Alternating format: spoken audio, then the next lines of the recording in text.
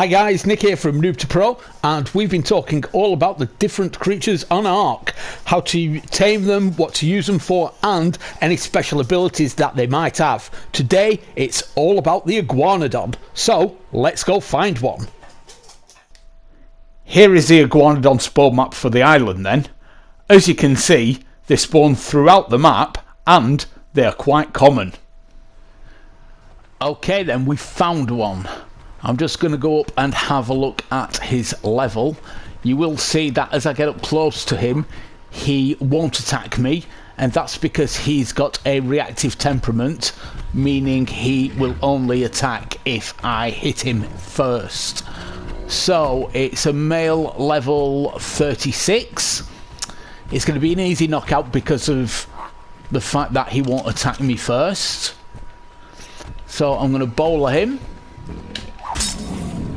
And then I'm going to trank him out using my crossbow and trank arrows. I will aim for headshots because they're more effective than body shots. Oh, and I will leave about 5 seconds between shots because that gives the tranquilizer time to get into his system. Oh, and I need to take target practice, okay. And there he is, gone. So I will just pop some kibble into him, and then I'm going to have a quick scout around the area, make sure that there is nothing that's going to come and attack us and ruin our tame.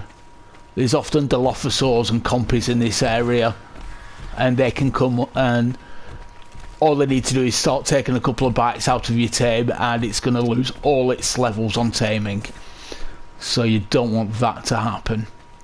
Right, it looks quite safe. As I'm looking, I'll tell you about the food. As I've said, I am using kibble, and that's because it's the most effective way of taming. You can also use crops and berries amongst other things. I'll put a list up on screen of the most effective to the least effective of what you can use there.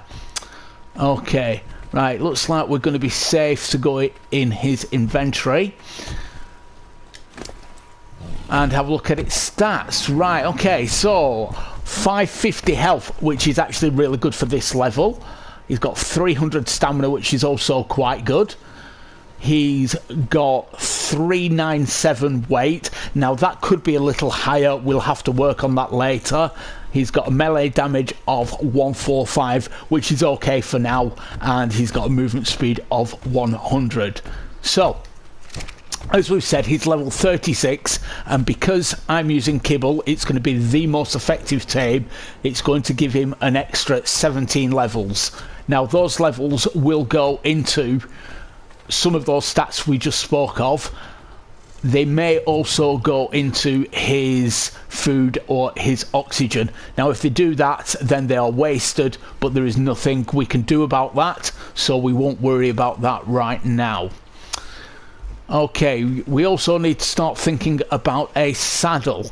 Now these guys' saddle is level 30, and you make them in your own inventory out of wood, fibre and hide.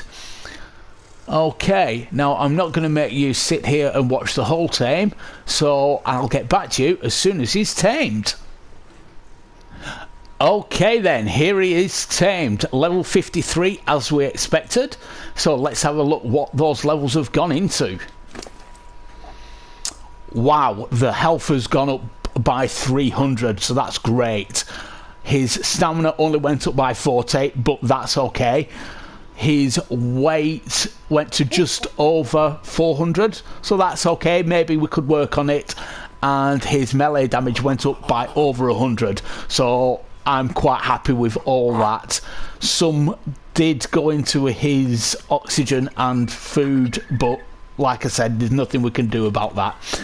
Okay, so let's pop a saddle on him and we'll see what he can do. Now, the first thing that you need to think about with the... Okay. You want to come and spoil the party, do you? That's what you get. as I was saying, the main thing you need to know about the Iguanodon is that they have two different stances. There is the fighting and gathering stance. Now you can see he is in the fighting stance because of those compies there. He's up on two legs like so, and we'll go and do some gathering. So go up to the bushes, get a few berries there, hit a tree or two on the way, and literally just a few seconds work, and we'll have a look what he's got. He's got quite a few berries there, he's got a little bit of wood and a bit more thatch, so that's pretty good. Now, one of the great things about the Iguanodon, I will just show you.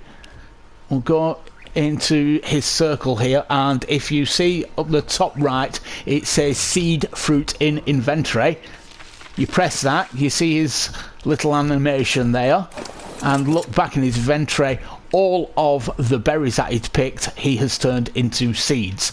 Now that can be really useful when you're starting to farm, or if you've got any tames that prefer seeds over the berries.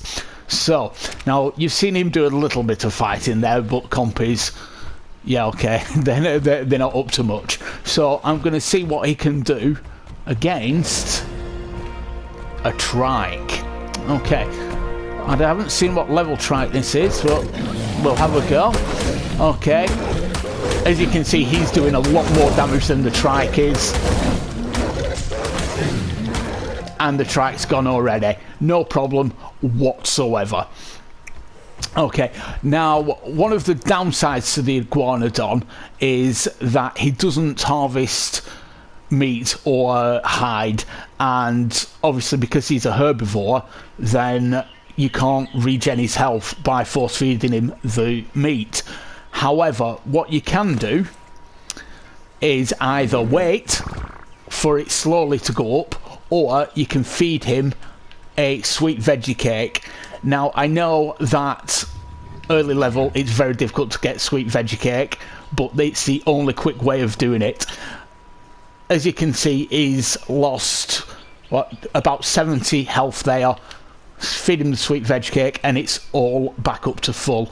Now I do believe that he will regen anything up to 500 health from one sweet veggie cake, so they are really good. Like I say, they are difficult to get early game, but if you can get hold of them they do work great. Okay, so that's the fighting and gathering stance.